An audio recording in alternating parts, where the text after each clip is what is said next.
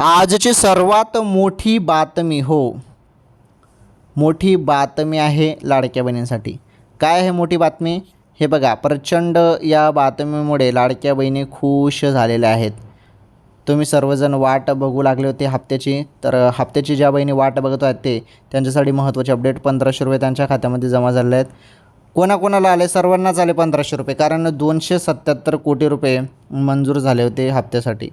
आणि त्यानंतर लगेच मेसेज पडलेला लाडक्या बहिणींना आणि हप्ता जमा करण्यात आला. 1500 रुपये आल्यानंतर आता सर्व बहिणी वाट बघू लागलेल्या आहेत पुढील हप्त्याची, पुढील 1500 रुपयाची, म्हणजे 21व्या हप्त्याची.